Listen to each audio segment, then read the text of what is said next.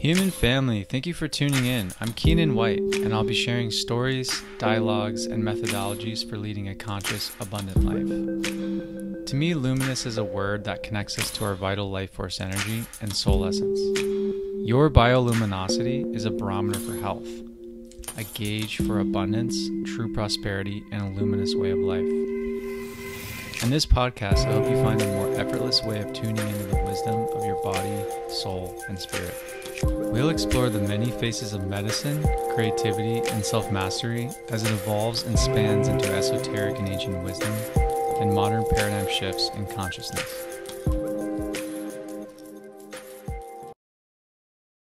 Hello, everybody. Welcome to another episode of Luminous Possibilities. I'm here with Dr. Fred Grover again. We're going to do part 2, Sacred Sexuality and Unity Consciousness. Fred, how's it going today?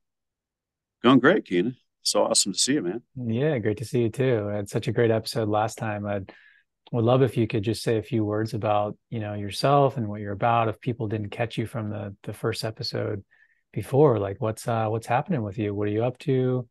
How do people get a sense of who you are in your Yeah. multifaceted sort of revolutionary approach to medicine?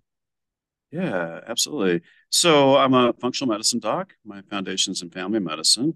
So I seek to find the root cause of medical issues, chronic disease, or symptomology rather than just treating the smoke. I try to find the fire and put that out. Um, I also do a lot of regenerative medicine, so hormone balancing, optimizing telomere length, improving mitochondrial function, reducing inflammation.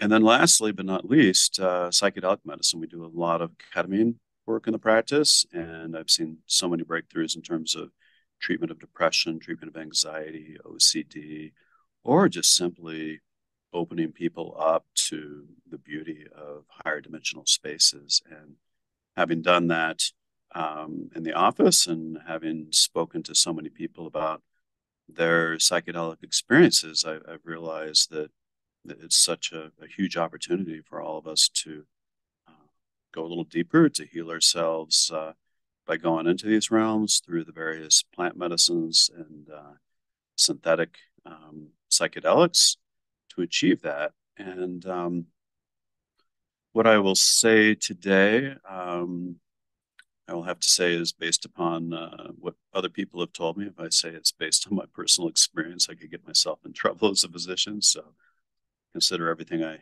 say as advice from other experts in the field that I know that have traveled into that space. I was feeling a little bit worried last night, waking up, at 4 a.m. And I think I'm feeling the angst of the election tomorrow. Got my vote in to the ballot box yesterday. And I'm hopeful that our Proposition 122, which will, allow some of the psychedelics to come on board, including Ayahuasca here in Colorado, to happen. But it's gotten kind of mixed reviews, and I think people are unnecessarily a little bit worried about it instead of embracing it and being able to flow with this bill in terms of figuring out some of the detail work down the road. So hopeful that'll pass tomorrow. And I feel that we can pass it, and other states will hopefully follow suit and bring it on board as well. So that's kind of what's happening. That's a pretty big moment for the country, the world. Definitely the state of Colorado, and even the city of Denver is a little bit different. I know Denver County's been a little bit more uh, of a pioneer on that front, having just legalized, or it wasn't legalization, but a decriminalization of psilocybin. Right.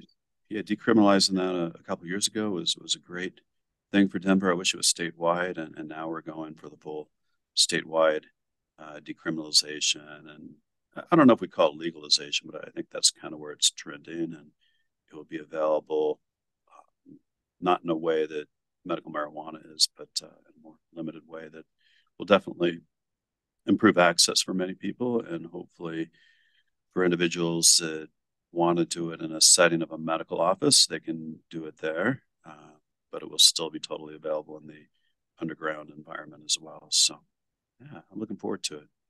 Amazing.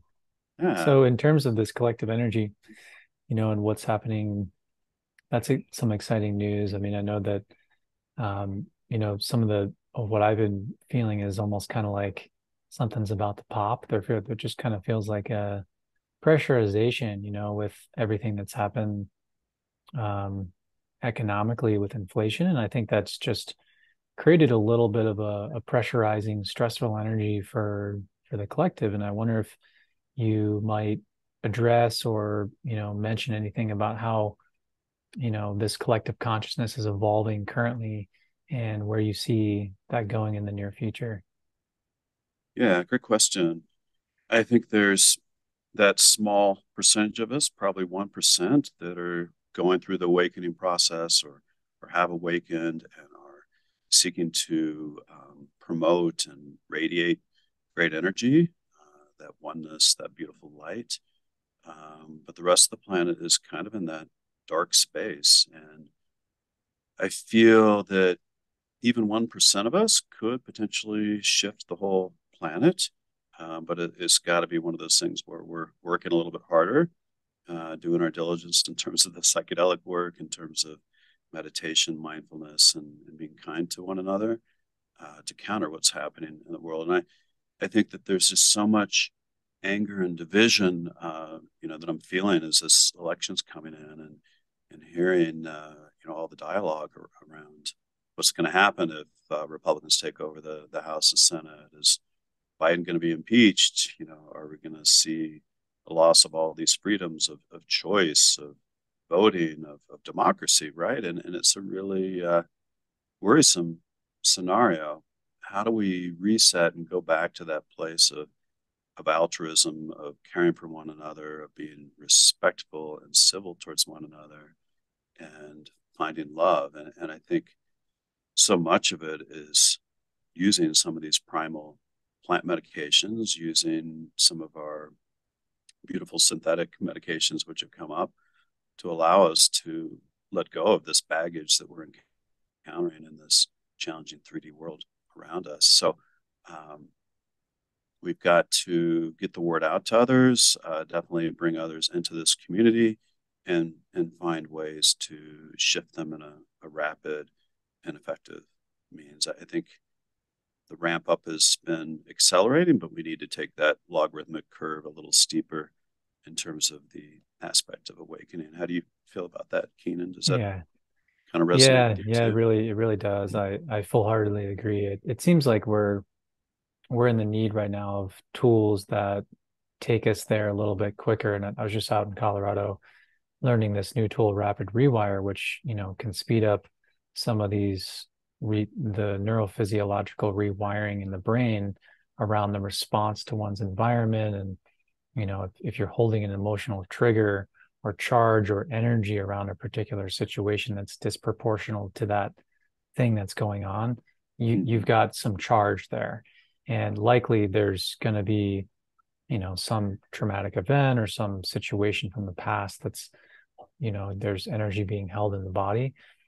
Anyway, this method being able to move through that much quicker, I think is vital at this time. And that's one of the things that piqued my interest about going and learning that was how do we get people results and get people into more of these non-dual states of awareness and consciousness much quicker, where they're not so identified with that immediate egoic experience or this personality structure that can be very tied into the societal conditioning of, you know, what's true, what's meaningful, what's valuable, what's, a compass for leading one's life.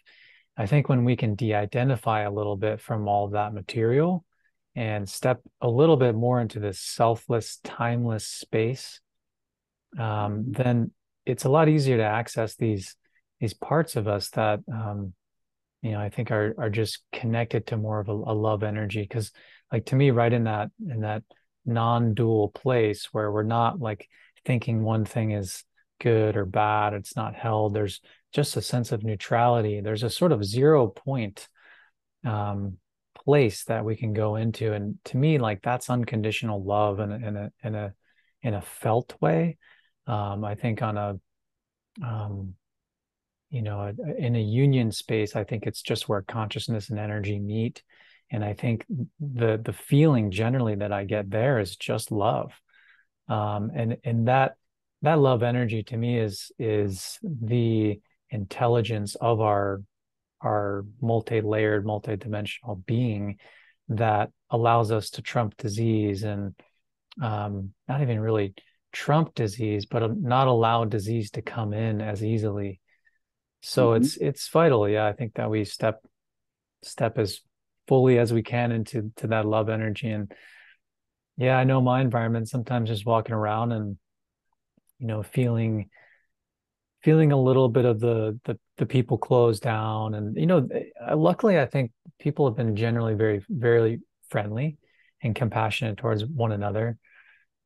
It's nice to see how far that goes. Just if you're checking out and you're buying some fruit at the grocery store, just saying hi, asking somebody how they're doing.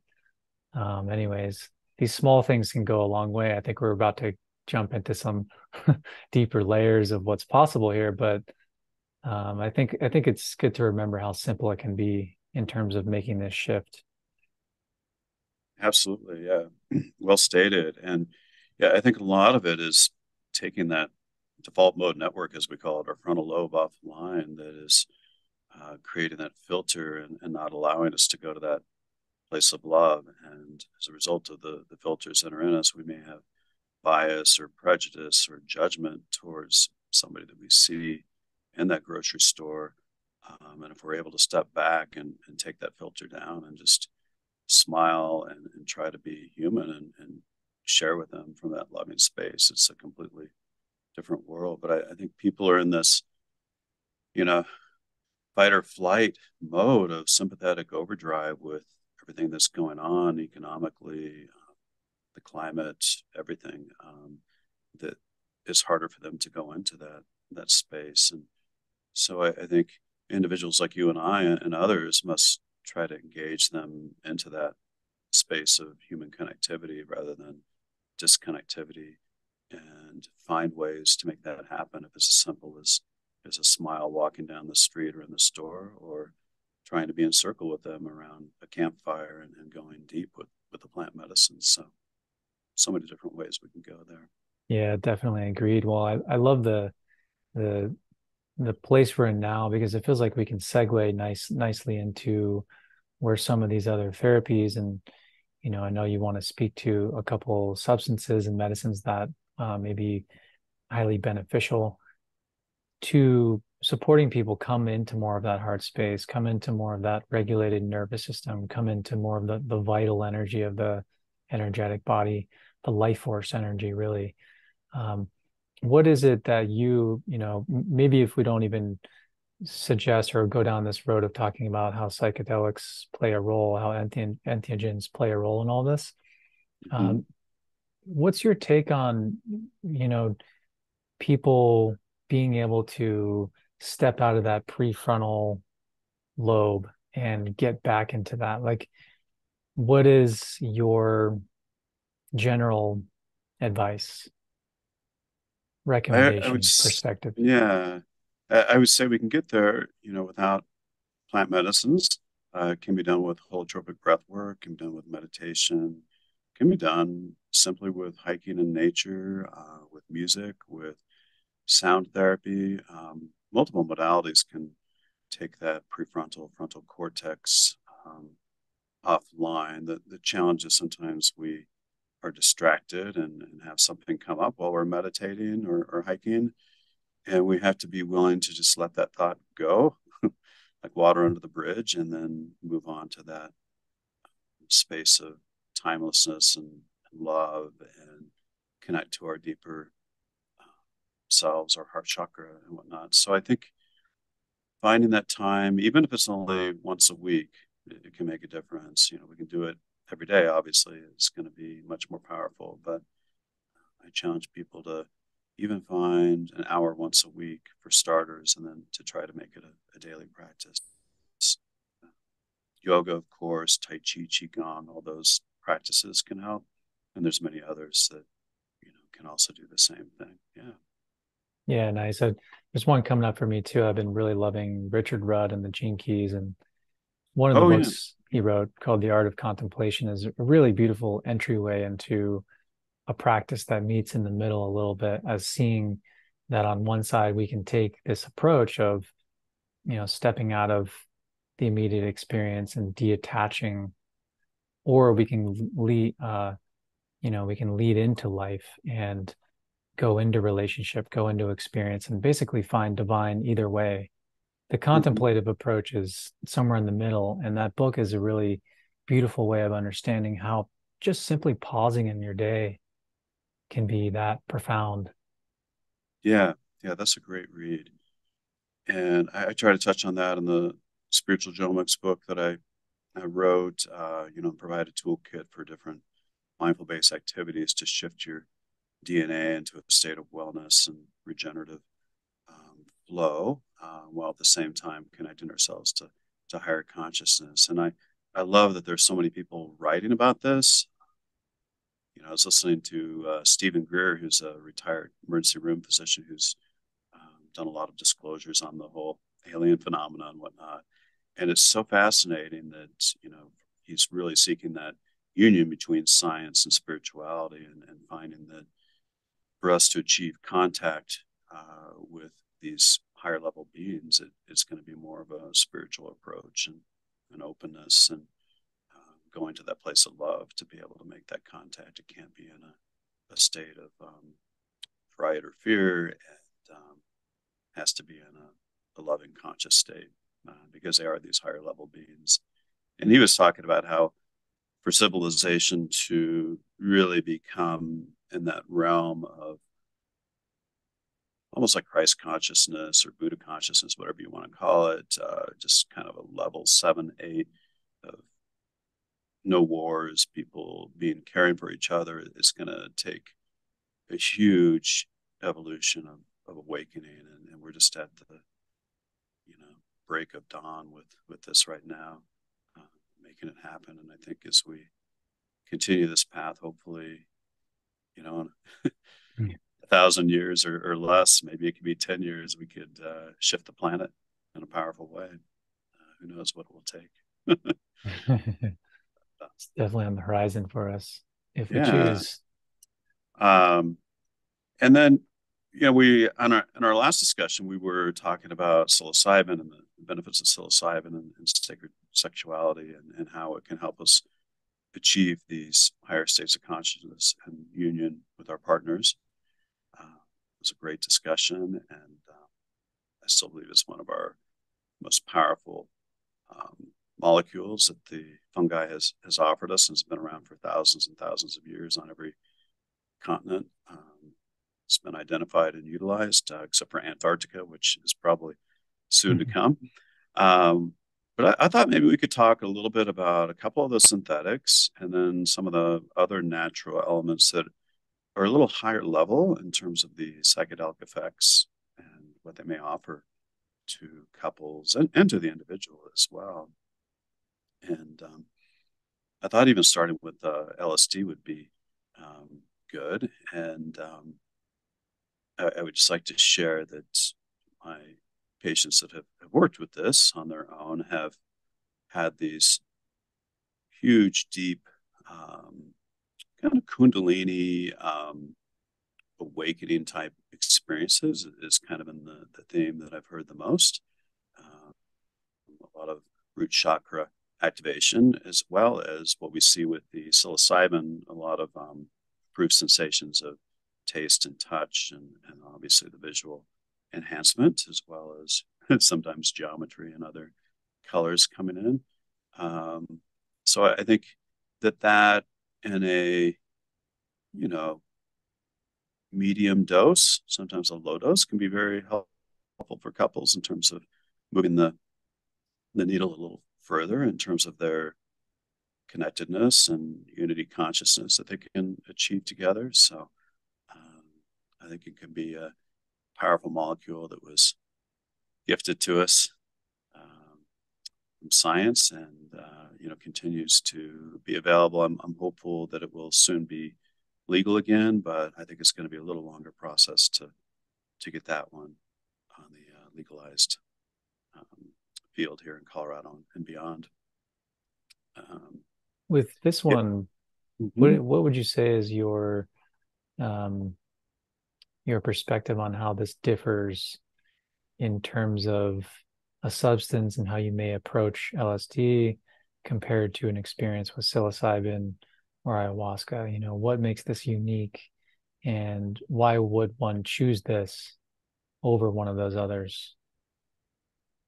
I think it takes you a little further um, than mushrooms, although I think mushrooms at a higher dose can take you there as well. The challenge with mushrooms are the side effects can be a little bit more prominent, whereas with I think the side effects in terms of nausea and temperature changes are minimal to non-existent, which allows the couple to be a little bit more playful and to have a duration that's typically about 14 hours long. So there's more opportunity to dive into it, given the longer duration of action, and then less side effects, which I think can be very helpful in terms of not putting one or the other partner down in a space that may not allow them to interact quite as much. So that'd be the main difference there. I think since it's synthetic, we don't have that element of sacred medicine with it, like we do with ayahuasca, San Pedro, and peyote. So the element of feeling more comfortable being in union with a lover with this medicine is a factor, whereas with these other plant medicines, we hold them sacred to a container and a circle with a shaman, and most of us feel that it shouldn't be part of a sexual flow to be using these other plant medicines concurrently. Yeah. Thank you. Mm-hmm. And yeah, go ahead if Your you got thoughts something else. on that particular molecule? Have you had experience or other people share with Yeah, you on that yeah, one as well? yeah. Mm-hmm. Happy to share. Yeah, you know, the times in which I've explored, you know, for me, it's always about really checking in personally. You know, is this in my highest alignment for my greatest well-being, my health, my relationships? And I usually, you know, first of all, just start off with a way of tuning in with my intuition. You know, what is my yes? What is my no? And really being clear with that energetically, so Mm-hmm. that, you know, first of all, if I'm saying yes to an experience like this, then, you know, it's a full yes. It's something that is really aligned for me to be in. You know, sometimes, you know, and sometimes I have said yes to things and it's not really been maybe the best situation, or time in my life or whatever it is. But in these beautiful times in which I've been able to explore sexuality in a sacred container of union and exploring essentially the divine in one another and unifying the energies in our systems, it's been an incredible experience. I mean, I think the thing that stands out to me in which make experiences with L profound in terms of sexuality is that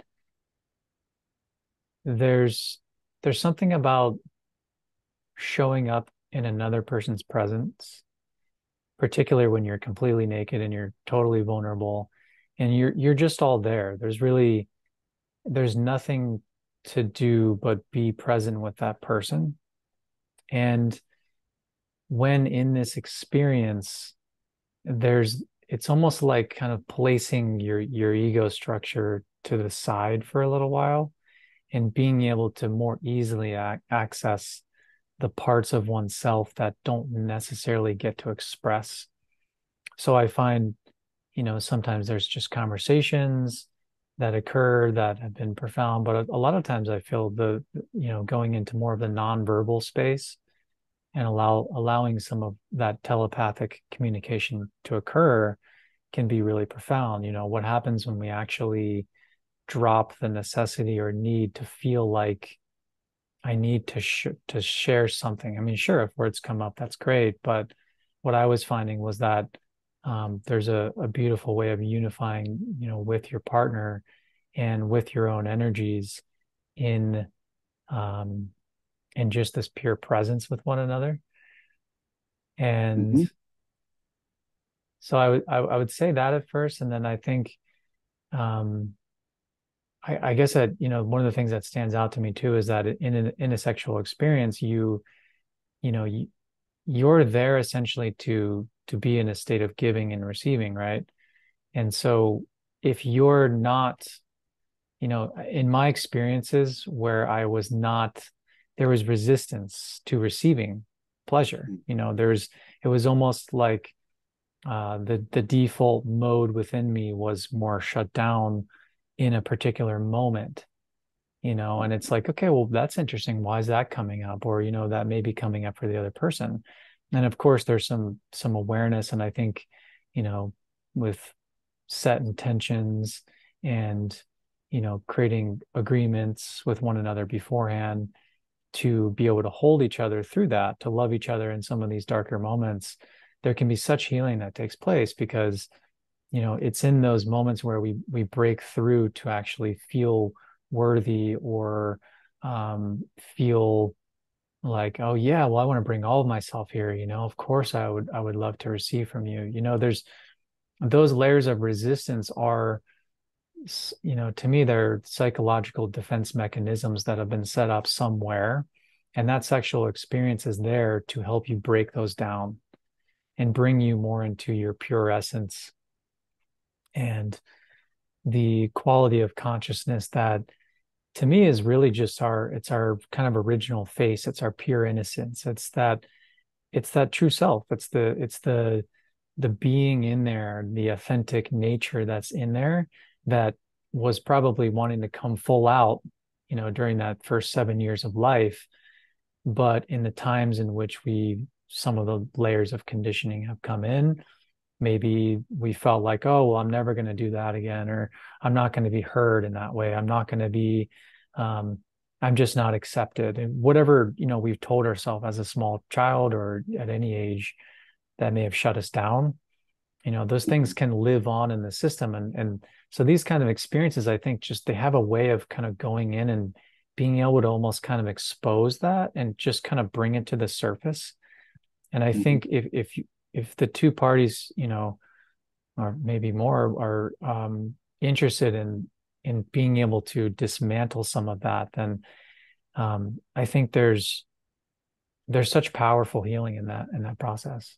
Yeah, I Yeah. so agree. And yeah, thanks for bringing up the important element of consent and setting intentions. I think before we do medicine work, we always want to consent with our partner in terms of what we're comfortable with, and consent, in terms of the medicine and how deep we're going with it, et cetera. So it's really important.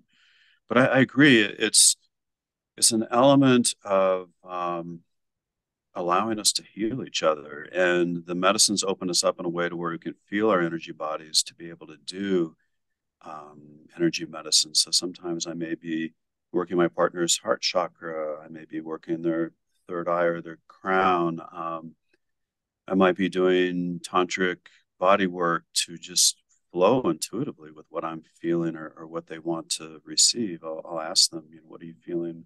Do you feel stuck here? Do you feel you've got some energy that needs to be cleared out of your third chakra? And by being in that more vulnerable state of open energy field, we're able to really extract dark stuff and flow in the light, and then open our chakra fields to each other in this deep toroidal fashion that is beyond imaginable in a conscious state. Um, and I think it's a matter of finding the perfect level of medicine and that perfect flow between one another that allows for the vulnerability, but then also allows for the other partner to know when to give and flow energy, and to ask for advice on where to go. terms of that whole process. And then I think that when it dives into the sexual flow, it can be a much more intense, sensual experience that can result in a more profound orgasmic experience as well, that can hold the couple in a space that feels more radiant and truly, explosive in terms of the energy that is shed from the couple during that state of ecstasy.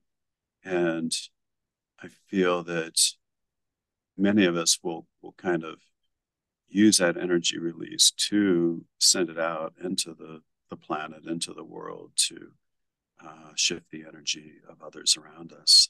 So it's not just about us, it's about sharing that love and bliss with the surrounding community and the world around us. So that always comes to mind. Love that you wanted to bring that in. touch, yeah, I wanted to touch on MDMA.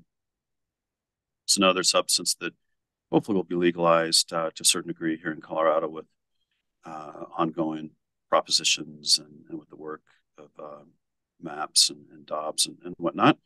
I think that can be a very powerful medicine. Is it psychedelic? I think to a certain degree it is, but most of it is just the heart-opening, sensation-enhancing element that people talk about that allows one to connect more deeply to a lover and to expand that heart chakra flow and root chakra even deeper. And you get some of that with LSD, but MDMA definitely takes it to a deeper level in terms of the heart element and the flow there.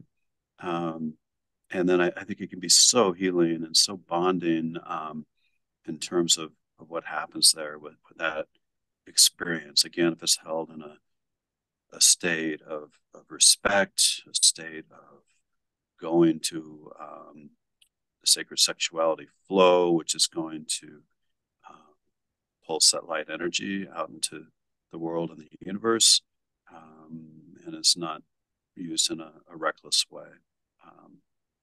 What are your thoughts on that, Keenan? Have I touched on a few of the things that resonate with you, or what am I missing? Definitely.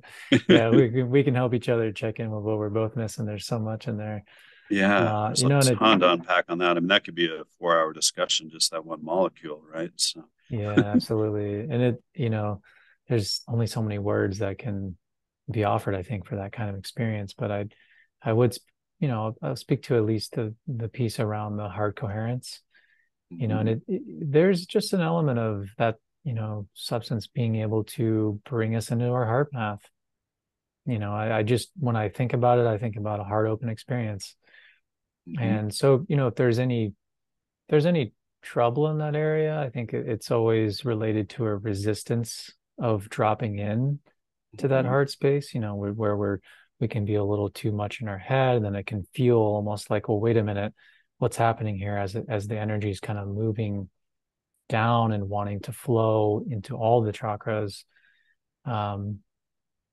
But I think, starting with a lower dose there is always better. It's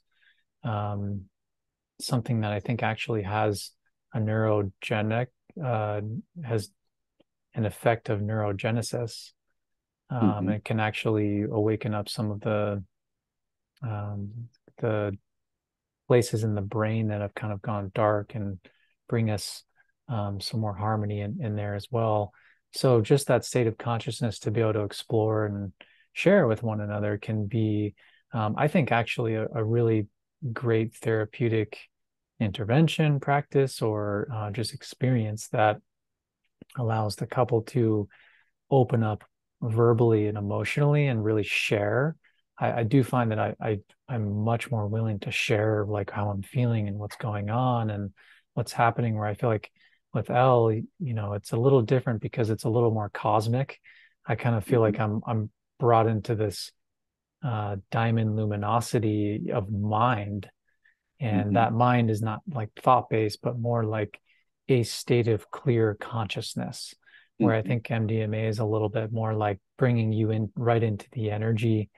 Um, it's a little bit more leaning towards that. So the feelings are, coming out, and it's good, I think, to kind of move a little bit, kind of shake things up a little bit and allow some of that energy to move if you feel stagnant. But um, yeah, I mean, I think the piece that you mentioned about bringing some of the effects of this ecstatic orgasmic height and climb the climax of the experience, or the many climaxes of the experience, into the collective sphere is just really beautiful. I just want to kind of emphasize that as well, because I think these things, we tend to think, well, it's just happening in this room or it's happening wherever it is, and it truly is being brought into the world. And I think an experience like MDMA, can bring us into more of an ability to have a reference point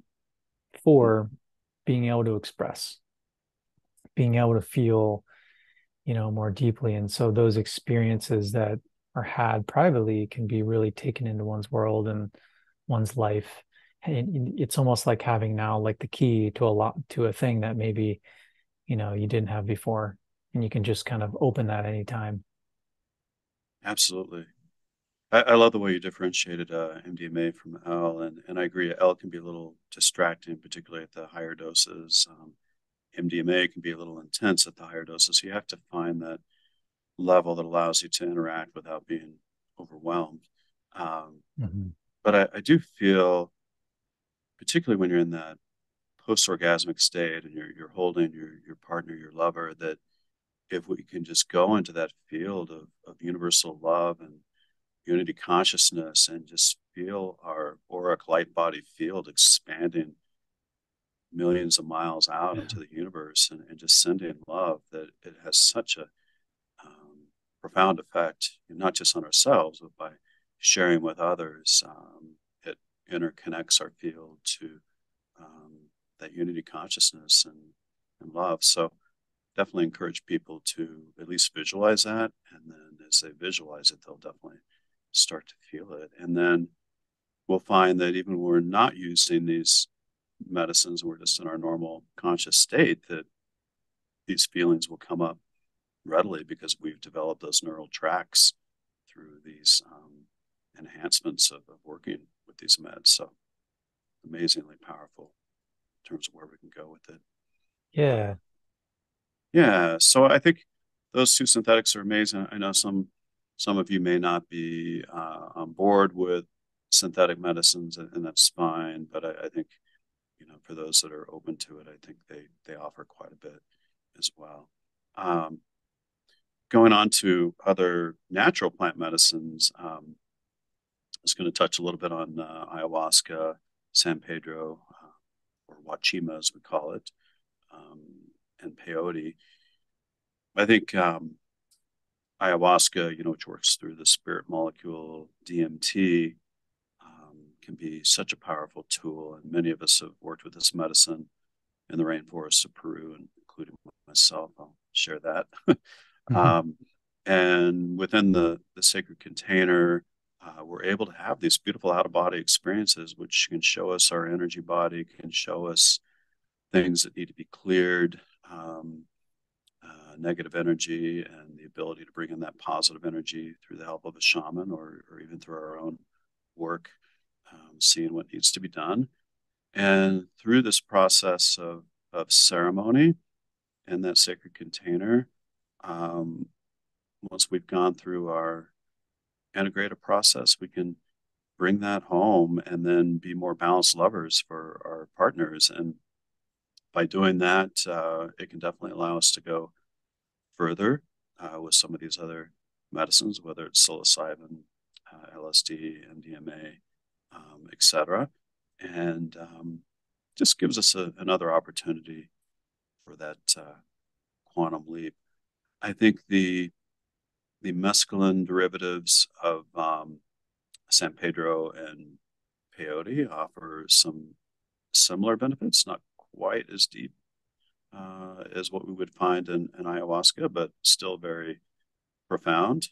Um, The mescaline derivatives definitely last longer, 12, 14 hours compared to Aya, typically being more 4 to 6.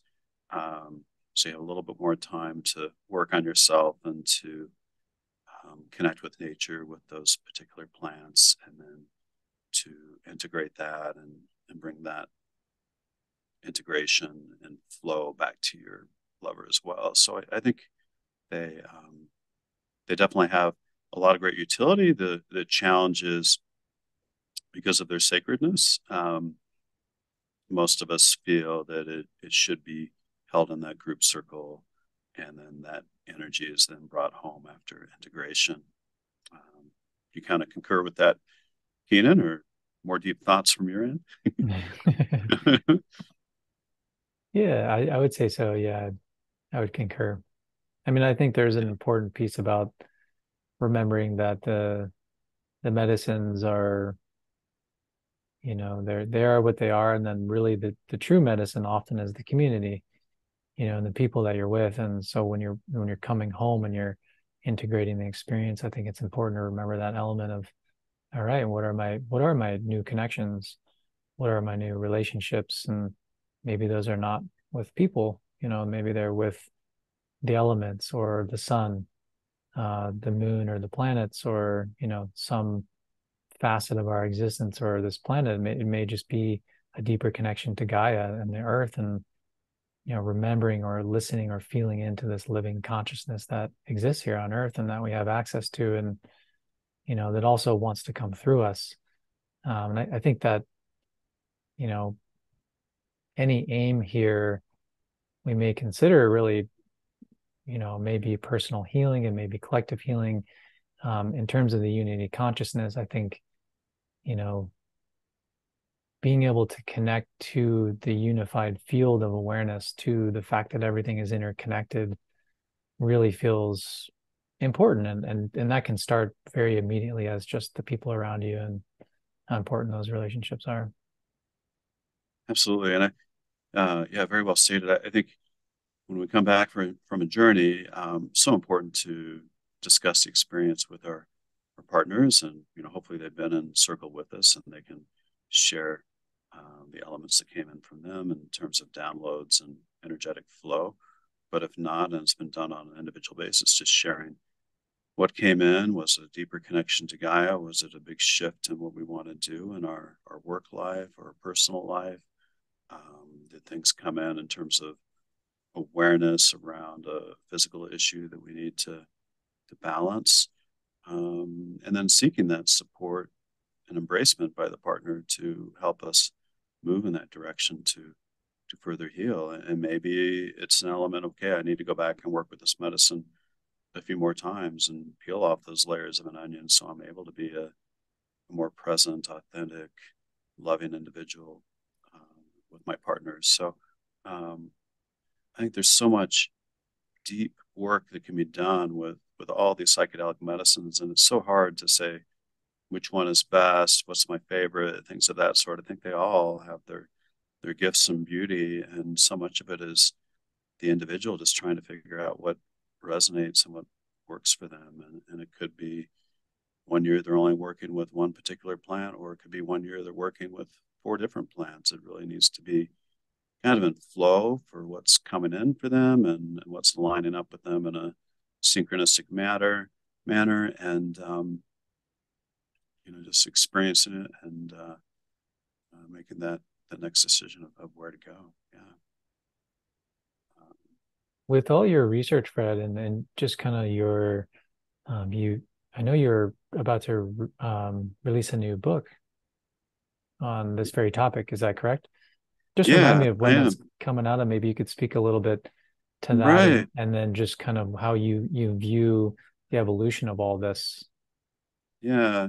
So yeah, the book is going to be called Psychedelic Sacred Sexuality, with some kind of a subtitle title that I've yet to determine, and I may have to do it under an alias. um, but really, what I want to do is talk about the science and the spirituality combined. So I'll go a little bit into some of the biochemistry, some of the neurology, some of the elements of New Age thought around energy medicine, some of the ancient wisdom on meridians from the traditional Chinese medicine, as well as speaking of Ayurveda and chakras. So trying to synergize modern medicine with ancient medicine and, modern medications with psychedelic experience as well as ancient plant medicines. So piecing that together and diving much deeper in terms of what we've discussed on this podcast on each one, hopefully sharing some experiential elements from people that will, maybe a little bit of eroticism in there to jazz it up, right? But then to, break it up with a little bit of science in there too. So yeah, it's Amazing. definitely coming together, and I would hope that I'll have it out by next fall. So fall of 23 is what I'm going to aim for. And yeah, we can definitely get a website going and then kind of put some updates on that psychedelic sacredsexuality.com website that I've got saved. I just need to start building it and adding some content to it, and can update people on when things are going to be coming. It's not up and running yet, but soon will be. Yeah. But I Is think the there, overall goal is, as we've been talking about, getting back to it, is how do we get people to that beautiful state of oneness and unity consciousness and bring us back together from this divided state? And I really feel this is the most powerful way we can do it. The sacred sexuality flow just creates that divine masculine and feminine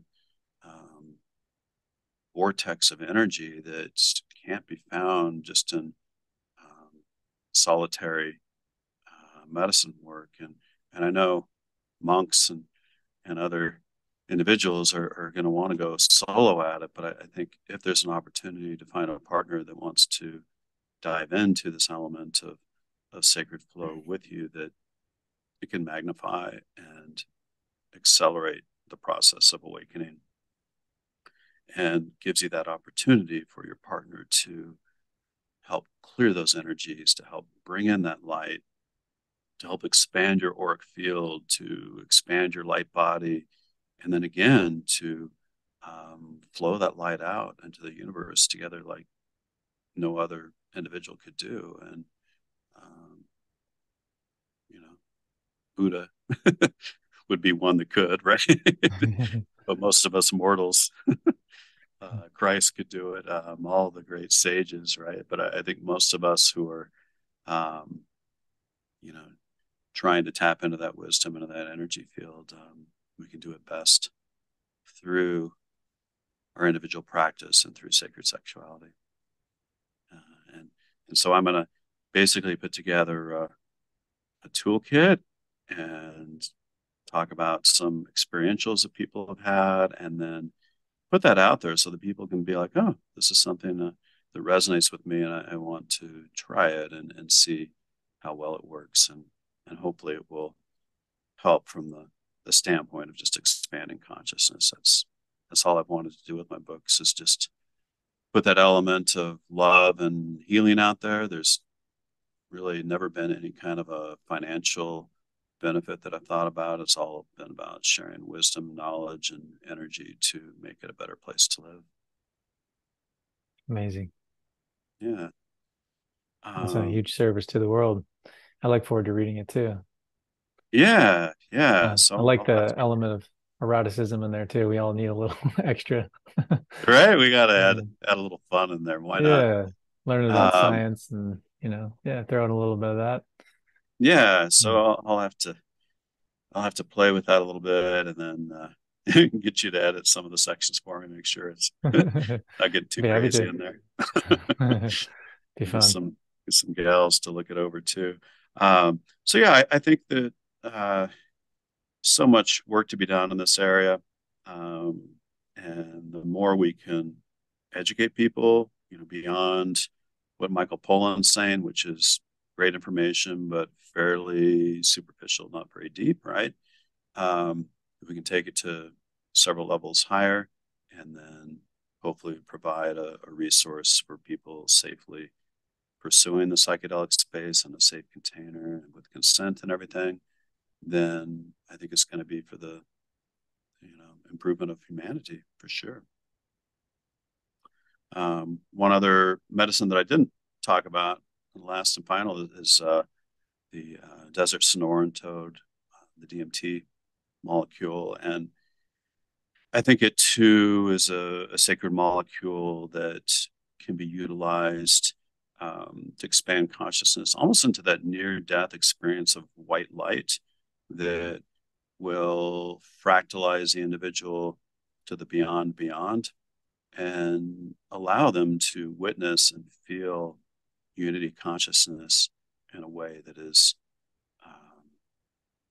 I think, another quantum leap beyond, where Aya and the plant medicines can take us. So I think that's an important one to consider experiencing. It's a much shorter experience, but profound, and can be part of the toolkit for expanding consciousness further as well. And then again, circling back to our daily practice of mindfulness, of contemplative meditation, of connecting to nature with hiking, of energy flow with some of the yoga, tai chi, qigong.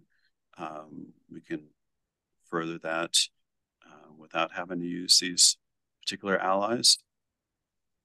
And I think just in our daily lives, always looking for that opportunity to smile at people and try to have that human connection. So we're in a flow of love and not just a bot going from here to there, completely oblivious to the human element and the energies surrounding us. Amazing. Yeah. I think that may have covered all the substances. Did you want to say anything else about this particular one in terms of sacred sexuality in that context? I would be curious if people have explored it within that context. I certainly have not. I mean, I don't know if it's possible, maybe in a very lower dose, but yeah, I mean, with that near-death experience and kind of, going right into that beyond it, certainly leaves you in a pretty different state. Perhaps, it could be something that happens before a sexual experience, or, sets the tone or the stage for, exploring union together. Yeah, I would say, from what I've heard, that it definitely opens your energy field from crown chakra to root. Very much a deep heart opening and a very profound root chakra opening, which can enhance the union following that ceremony. So I think there's so much that can be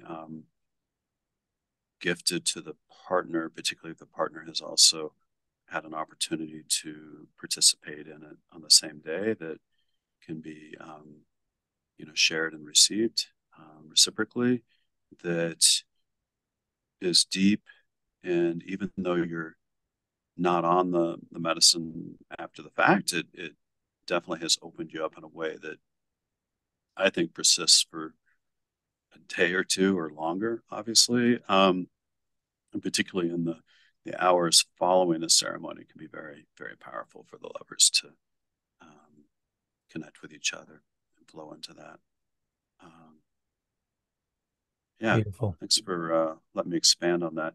It's funny, as I was leaving this morning, I saw my little Unity grid, which is this little baby here, and I've worked with it a lot, placing it in different sacred spots around the world. There's one in Lake Titicaca, there's one in the sacred crater lake on Rapa Nui, Easter Island. I've got one on Lake Titicaca, actually, in front of Island of the Sun and by Island of the Moon. So it's got that masculine, feminine energy. Most of the energy of Lake Titicaca is divine feminine, but this is called the Unity Grid, and there's a guy up north of Boulder that makes some metaforms as the group. And this can be, sacred geometry can be a powerful tool to utilize while in a psychedelic space. And sometimes I'll just roll it over my partner's body, or I'll kind of do a little bit of flow with it to balance chakras, or even, like put it on the third eye and allow them to connect to it. And then I might have my third eye over here, and then I might go direct third eye to third eye on them. Great tools for opening up energy flow a little bit more and going into that higher dimensional space. One can also find that when you look at these, you can get a visual entrainment to the geometry, which can suddenly take you down portals and different directions that are beyond as well. Other things that are helpful are crystals, and I work a lot with these Lemurian crystals, which are very powerful, and I may put it on somebody's heart chakra or a smaller one up on their third eye. And I think that by placing crystals on a lover and then having them do the same for you, and then flowing that energy with that beautiful white light and connectivity that you get from crystalline energy can be another kind of next level experience to blend in there, along with the tantric massage and whatnot. And then sound therapy, whether it's utilizing Tibetan bowls or crystal bowls, can be fun, particularly on the root chakra. So you have your lover roll over, you put it right down by their lower spine and spin it and resonate it. Sound will create a geometry which can clear negative energies and then infuse you with beautiful light energy. You can just slowly move the bowl all the way up to the shoulder blades, and then of course you can play it around the body with a little ring so it doesn't dampen out. But on the body, you don't need to use a ring. You just go directly onto the body and allow it to flow its beautiful, amazing energy. And some of you that are more talented can do things like didgeridoo and maybe some drumming, whatever resonates, quote unquote, with you to bring that partner into flow. So don't forget about blending those in. Once you're a little bit further down the trail in terms of psychedelic medicine, you can always bring in these tools to help you open up and clear things more readily. Thank you for sharing all that. It's nice to just remember how playful it can be, and there's so many things we can bring into those experiences that enhance. And Yeah. I've always loved, playing with the crystal energy and the light frequencies that go through that can be really activating. Oh yeah. So Clearing. powerful. Yeah. And I think even just being in nature during some of these experiences, particularly, San Pedro, peyote, psilocybin, that's been very powerful for individuals, because you're seeing the sacred geometry of the trees and the flowers and connecting to the Schumann frequency of Mother Gaia, and being able to earth and ground yourself out while you're in a meditative state, while looking at trees and holding your partner's hand and just being one with Mother Earth is so powerful. Could be sitting on the beach and just looking out over the ocean blue and hearing that beautiful sound of crashing waves and feeling all those negative ions coming off the water. Could be sitting around a mountain stream and hearing that water cascade down a beautiful waterfall, and the birds chirping, the crickets chirping, etc. All those little natural elements are so powerful.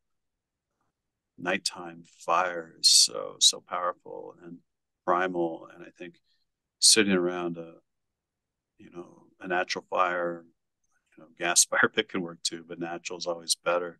Can be powerful, for the individual and for the group, in terms of just feeling that chi coming out and connecting to the stars above as you're watching the flames and smoke fly above. Yeah. Amazing, Yeah. amazing. Yeah. It reminds me of just like, how simple, there may be a union we get to experience within a sacred sexual container or a psychedelic container. And yet just being in around a fire, it can be that moment too, where you get to, just be a little more present and aware with taking the heat in and allowing that to come into your body, or, allowing whatever needs to be dumped out of your own system energetically into the earth while you're sitting there. But one thing that's just kind of been sitting with me lately is just how important I think it is to really and I think you captured this really beautifully just a moment ago, is just being able to fill up with those experiences to the point where something shifts. It's like if we lay on the beach long enough, for example, there's that moment where you're like, all right, I think I'm ready to go now. I think I'm ready to go back home or go back to work or whatever it is.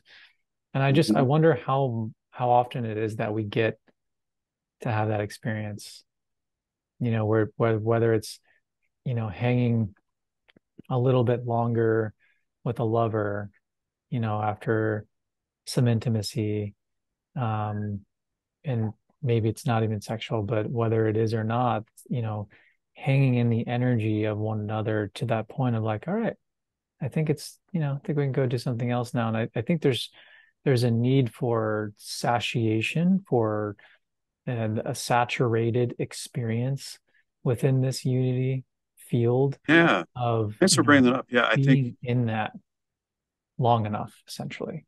yeah, there's that afterglow that I think a lot of people don't take advantage of. And it's that space of just holding one another and this beautiful, blissful oneness of love. And if we don't take advantage of that, I think we're losing half of the whole experience. I mean, that's a huge part of it. Yeah. It's just savoring that final element of the beautiful journey through embracing one another and just being, right, and not thinking so much, but just appreciating that beautiful flow.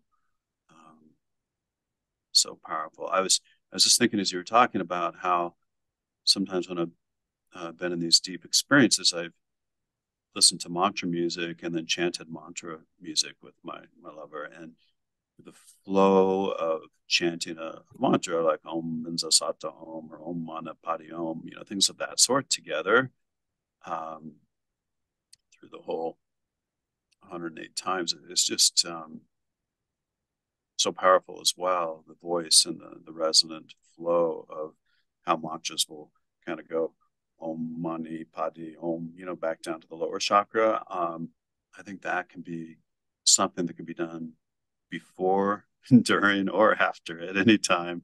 Your own sound healing just by chanting mantras, and it can be something as simple as putting on a track by Deva Premal or Santam Kaur, or you may just want to chant the mantra with your mala beads and work through it, right?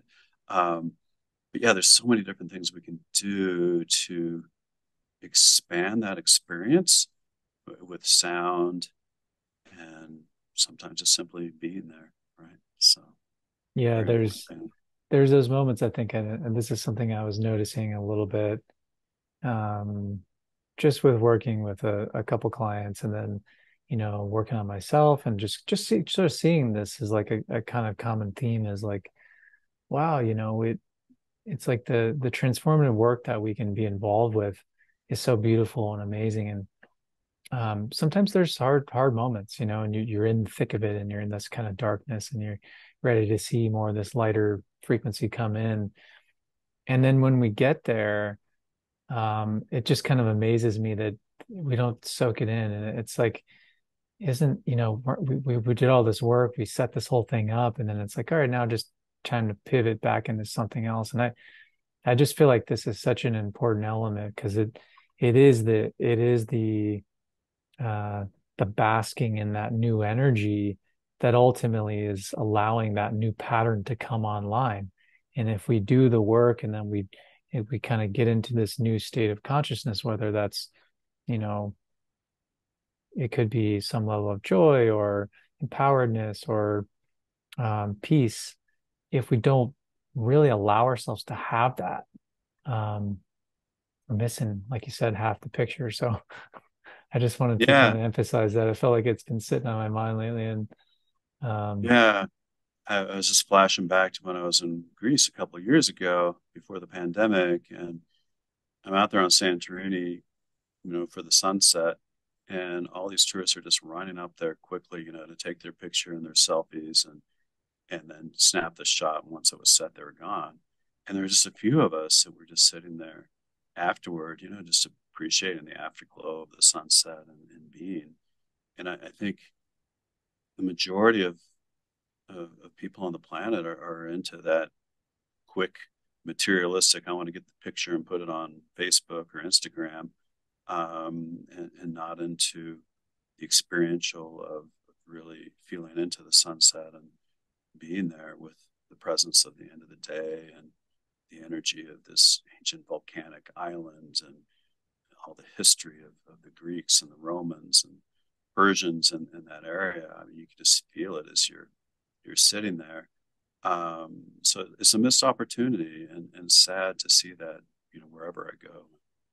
Same thing, Machu Picchu, I'm sitting there meditating off in a corner and everybody else is running around just selfieing themselves up to do it. And so I think that's kind of destroyed our ability to connect to the place and to connect to one another, Yeah, I think especially it's we're out to dinner and we're texting five other people while you're trying to be present for somebody, right? It's another great example. yeah, I think it's a nice way to maybe close the circle and bring it full loop too, is why I think the sacred sexuality is so important too, because it just allows us to drop all that technology and just be present with one another Yeah, and be in a field of a relational field of some kind and connect. yeah, exactly. It takes us offline, gets us into flow. We're not distracted because we're so focused on each other and this beautiful energy flow of masculine, feminine energy that, yeah, we're able to go into that deeper, higher dimensional space. So it's just such a powerful way to connect us to that higher consciousness, to awaken ourselves. So definitely encourage everybody to pursue this realm of medicine work if it resonates with you, and just to do it in a safe, conscious manner, and seek advice from other more experienced psychonauts as you dive into this a little more deeply.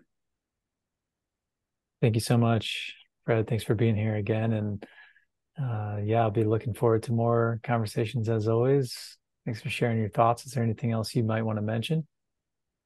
I think that's got it all for now. And if the listeners want to email us any questions, we could definitely do a whole session just kind of answering deep thoughts, questions, comments, whatever may come in, positive or negative. Just send it our way.